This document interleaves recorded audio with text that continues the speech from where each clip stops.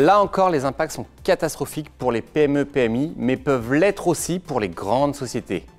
Une attaque peut entraîner la paralysie des systèmes, donc une perte d'exploitation, le vol ou la perte de données sensibles, voire l'exposition à un chantage, donc au paiement d'une rançon sans avoir aucune garantie.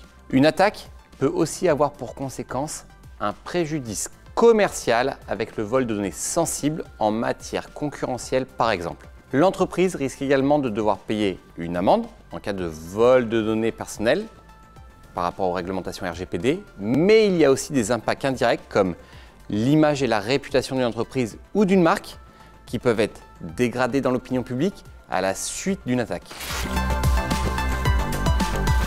Il y a plusieurs leviers. Tout d'abord, la formation et la sensibilisation de son personnel. Ensuite, renforcer sa sécurité en alliant approche globale et solutions. Il faut également bien identifier les données les plus sensibles afin de les sécuriser en priorité. Dans le cas où il serait impossible de créer ou de renforcer son équipe cyber, il ne faut surtout pas hésiter à faire appel à des solutions de SOC managées. Et enfin, il est important de s'assurer de la mise en conformité RGPD. Face à une attaque de ransomware, la première chose à faire tout de suite, c'est de déconnecter la machine du réseau, mais surtout sans l'éteindre. Ensuite, il est important de prévenir sa hiérarchie et le responsable sécurité. Puis, faire une copie physique du disque.